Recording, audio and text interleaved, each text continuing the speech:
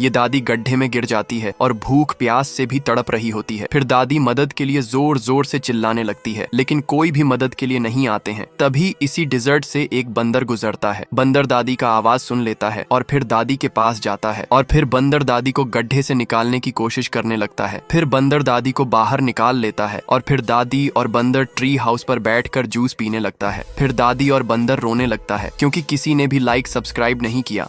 ये दादी और ये कबूतर रेगिस्तान में एक सूखे पेड़ से लकड़ियों को काटते हैं और सिर पर रख कर ले आते हैं।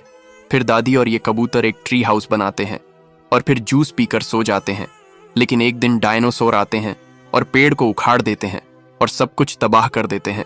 फिर जब दादी और कबूतर आते हैं और बहुत रोने लगते हैं क्योंकि किसी ने लाइक सब्सक्राइब नहीं किया।